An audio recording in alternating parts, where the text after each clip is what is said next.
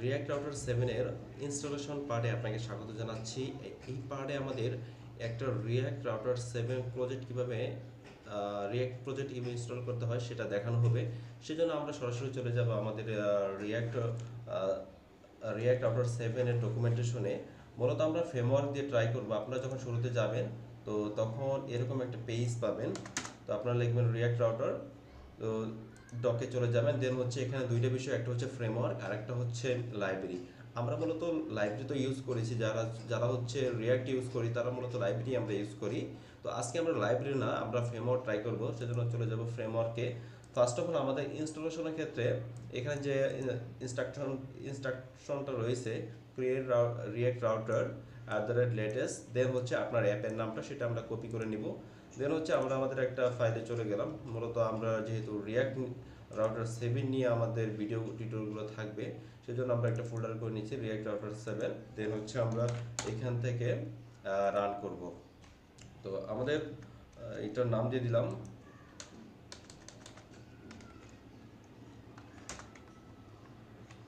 আমাদের অ্যাপটার নাম দিয়ে দিলাম ফার্স্ট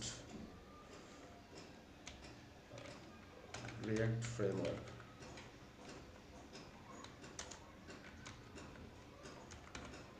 ওকে, এটা কিছু টাইম নেবে। মূলত আমাদের রিয়াক্ট রাউটার 7 ইউজ করার যে একটা ফ্যাসিলিটি সেটা হচ্ছে এটা সার্ভার সাইড রেন্ডারিং প্রোভাইড করে, যেটা আমরা যারা রিয়াক্ট ইউজার তারা অনেকেই জানি এটা কতটা বেশি ইউজফুল, যে হেল্পফুল আমাদের সাইটগুলোকে এসইও করার জন্য। এখানে যাচ্ছে ইনিশিয়ালসে গিট, নো আমার গিট ইনিশিয়ালাইজ করার প্রয়োজন নাই। দেন হচ্ছে okay, install dependency with npm yes. Then হচ্ছে আপনার এখন কিছু টাইম নিবে, সেই টাইমটুকু আমি পজ করে দিচ্ছি, আপনারা টাইম নিয়ে সেটা ইনস্টল করে নিন। ওকে, আমার সমস্ত ডিপেন্ডেন্সি ইনস্টল হয়ে গেছে। তো আমি আমার সাইটটাতে এখন দেখব কি অবস্থা। This is my site. As usual আমরা যেভাবে রান করি সেভাবে আমরা ভিজুয়াল কোডে রান করে নিলাম। ওকে,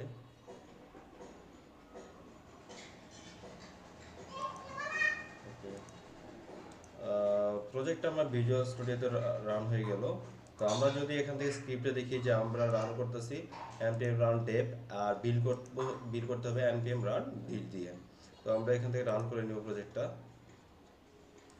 অলরেডি আমার একটা প্রজেক্ট রান ছিল, সেটা অফ করে নিই।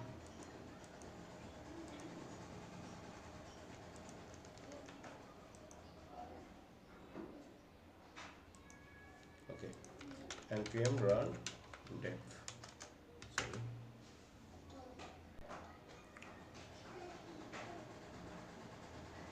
এটা মূলত 5173 পোর্টে রান হচ্ছে। আমরা যদি এখন আমাদের লোকাল হোস্টে এটা রান করে দেখি কেমন দেখায়।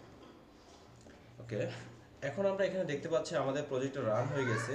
আমরা যদি স্ট্রাকচার নিয়ে আলোচনা করি, ফার্স্ট অফ অল আমাদের অ্যাপ ফোল্ডার থেকে শুরু হবে। অ্যাপ ফোল্ডারের ভিতরে আমাদের সবগুলো থাকবে। এখানে যেটা হয়েছে, আমাদের প্রজেক্টটা মূলত রান হবে root.txt এর সাথে। এখানে আরেকটা সুবিধা হচ্ছে, আমাদের যে প্রতিটা পেজের যে টাইপস্ক্রিপ্টটা প্রয়োজন হতো, সেই টাইপস্ক্রিপ্টটা আমাদের রিয়াক্টে নিজেদের ডিফাইন করতে হয়, যে আমাদের ভাবে লিখতে হয়। আর এখানে আমাদের নিজেদের টাইপস্ক্রিপ্ট লেখার প্রয়োজন নাই।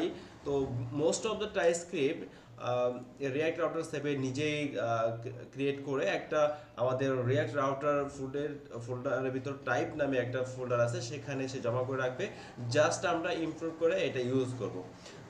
তো আমাদের রুট ফোল্ডার থেকে শুরু হবে প্রজেক্টটা। রুট ফোল্ডারে যদি স্ট্রাকচার দেখতে পাই, ফার্স্ট অফ অল কিছু লিঙ্ক রয়েছে। লিঙ্কের ভিতরে আমরা যে বিভিন্ন, যেমন ফন্ট আছে অথবা অন্যান্য যে আমরা ক্রেডেনশিয়াল ইউজ করি, সেগুলো মূলত এই অ্যাসেটগুলো এখানে জমা হতে থাকবে। আর এখান থেকে আমাদের ওয়েবসাইটের ভিতরে ইউজ হবে। আর লেআউট হচ্ছে, লেআউটের ভিতরে আমাদের যে index.html যে ফাইল ছিল আমাদের রিয়াক্ট ওয়েবসাইটের ভিতরে, এই index.html ফাইলটা আর আমাদের এখানে নেই। সেই index.html ফাইলের কাজটা মূলত এই লেআউট করবে। তো লেআউটের ভিতরে আমাদের যেটা থাকবে, টোটাল একটা HTML থাকবে।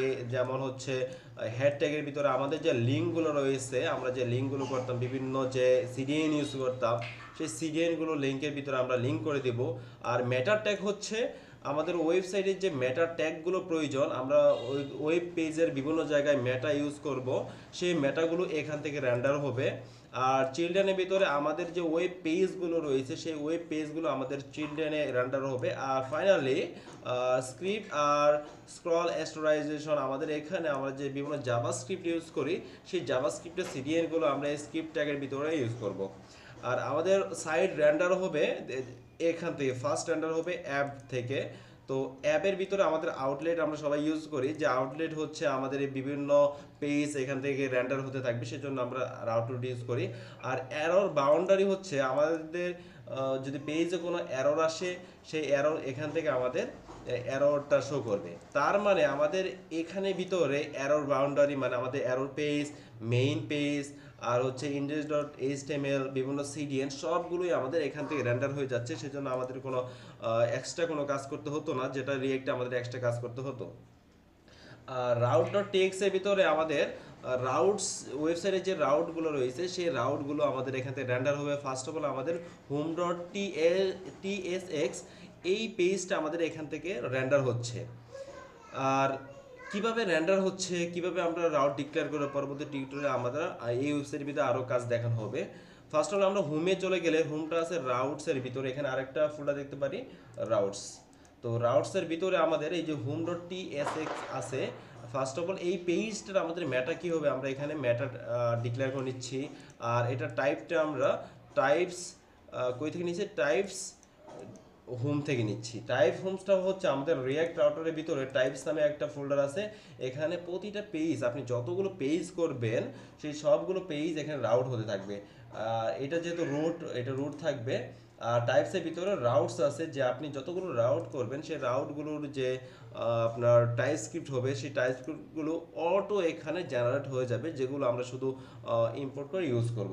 ওকে, তো আমরা হোম পেজের ভিতরে ওয়েলকাম ডট জেএসএক্স নামে একটা ফোল্ডার দেখতে পাচ্ছি। সেটা হচ্ছে মূলত আমাদের ইন্ডেক্স ডট ফাইল এটা দিচ্ছে। আমরা শুধু এটা ইউজ না করে আমরা যে কোনো কিছু এখানে আমরা কিন্তু ইউজ করতে পারি। লাইক আমি এখানে একটা ডিপ ট্যাগ দিলাম, আমরা যেভাবে রিয়াক্ট ইউজ করতাম সেভাবে আপনি এখান থেকে ইউজ করতে পারেন।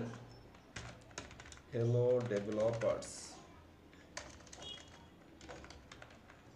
ওকে, আমরা যদি আমাদের সাইটে যাই দেখতে পারবো হ্যালো ডেভেলপার চলে আসছে। যেহেতু আমাদের এটা ডার্ক মোড আছে সেজন্য ডার্ক মোড দেখাচ্ছে। এটা অফ করার জন্য আমাদের এখানে যে আরেকটা বিষয়, আমাদের টেলউইন্ড এক্সট্রাভাবে ইনস্টল করতে হচ্ছে না, অটোমেটিক্যালি সে বাই ডিফল্ট টেলউইন্ড ইনস্টল করে ফেলতেছে। তো এটা আরেকটা বেনিফিট। তো আমরা এখানে হ্যালো ডেভেলপার দেখতে পাচ্ছি। তো আমাদের সেট যদি দেখি, ফার্স্ট অফ অল আপনার যেভাবে দেওয়া আছে সেভাবে আপনি সেট করবেন। জাস্ট আপনি কমান্ডটা রান করবেন, আপনার ওয়েবসাইটটা টোটালি একটা লেআউটে চলে আসবে। দেন হচ্ছে আপনার রুট থেকে শুরু হবে। রুটের ভিতরে আপনি অ্যাপে যাবেন, অ্যাপ থেকে মূলত আমাদের যত পেজ আছে সবগুলো এখান থেকে রেন্ডার হবে। আর রাউটের ভিতরে আপনার যে পেজগুলো করতে যাচ্ছেন সেই পেজগুলো রাউট ডিক্লেয়ার করবেন। দেন হচ্ছে সেম পেজটায় আপনি রাউটসে করবেন, সেটা হচ্ছে বাই ডিফল্ট টিএক্সি চলে আসতেছে, সমস্যা নেই, আমরা টিএক্সি ইউজ করব যেহেতু এটা রিকমেন্ডেশন করে। ফার্স্ট এটার প্রথমে আপনি মেটা ট্যাগ দিবেন, দিলেও হবে না দিলেও হবে, দিলে আমাদের যেটা হচ্ছে বেটার। আর এইটা সার্ভার সাইড রেন্ডারিং কিনা আপনি কিভাবে চেক করবেন, ফার্স্ট অফ অল আপনি ওয়েবসাইটে চলে যাবেন, এখানে দেখতে পারবেন আপনার ইন্সপেক্ট করতে পারেন, অথবা এখানে গিয়ে আপনি যখন ভিউ পেজ সোর্সে যাবেন তখন এভাবে হিউজ অনেক কিছু দেখতে পাচ্ছেন। যদি সার্ভার সাইড রেন্ডারিং হয় তখন আপনি জাস্ট হ্যালো লেখাটাকে কপি করে এখানে গ্লোবালি সার্চ করবেন। যদি এটা থাকে তাহলে মনে করবেন যে এটা সার্ভার সাইড রেন্ডারিং। এখানে একটা বিষয় দেখতে পাচ্ছি যে আমি হ্যালো লেখাটা প্রেস করার পরও এখানে কিন্তু আমাদের ওয়েবসাইটের ভিতরে আমি হ্যালো লেখাটা এখানে ধরতে পারতাছি না। তার মানে সার্ভার সাইড রেন্ডারিং কি না এখনো কিন্তু আমরা এটা বলতে পারতাছি না। তো ফাইনালি আমরা চেক করবো আসলে কি এটা সার্ভার সাইড না কি সার্ভার সাইড না। সেজন্য আমরা এখানে একটা router dot config dot T S দেখতে পারবো। যদি ট্রু থাকে তাহলে অবশ্যই সার্ভার সাইড রেন্ডারিং।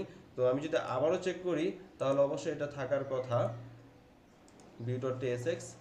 আমরা যদি এখান থেকে চেক করি হ্যালো, ওকে, ফাইনালি একটা পেয়েছি হ্যালো।